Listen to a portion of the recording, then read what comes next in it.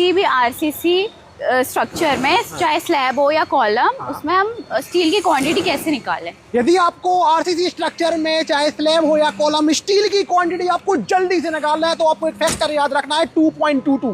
Factor याद रखिए 2.22। आपको सबसे पहले इस स्लैब की डायमेंशन निकालना। ये वाली डायमेंशन आपकी कितनी है? 20 फीट है। और ये वाली डायमेंशन आप देख सकते हैं पूरी आपकी कितनी है? 50 फीट है। तो आपको 20 बाई 50 की स्लैब हुई, स्लैब की थिकनेस आपकी कितनी आएगी? स्लैब थिकनेस है आपकी चेंज, तो 20 मल्टीप्लाई बाई 50 और मल्टीप्लाई चेंज को हम क्या लिखते हैं? 0.5 फीट। तो हमारा 500 क्यूबिक फीट की हमारी ये टोटल हमारी स्लैब हो गई। अब इस 500 का मल्टीप्लाई कर देना है आपको 2.22 से, तो 1110 केजी आपका यहाँ पे स्टील लगेगा।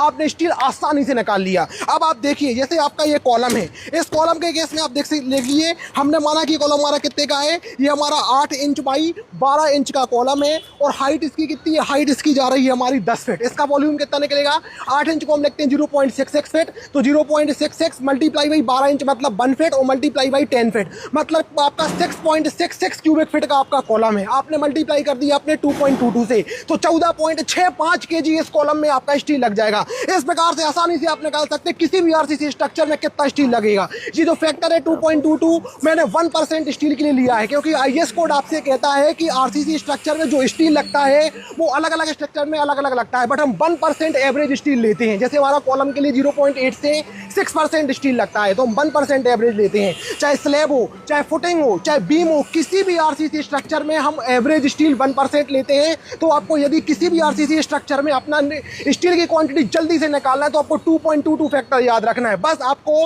अपना वॉल्यूम निकालना है क्यूबिक फीट में और उसका मल्टीप्लाई कर देना है 2.22 से, तो केजी में आपका स्टील आसानी से आ जाएगा। तो इस प्रकार से हमारी वीडियो को देखते रहिए और चुटकियों में सारी क्वांटिटी निकालना सीख लीजिए।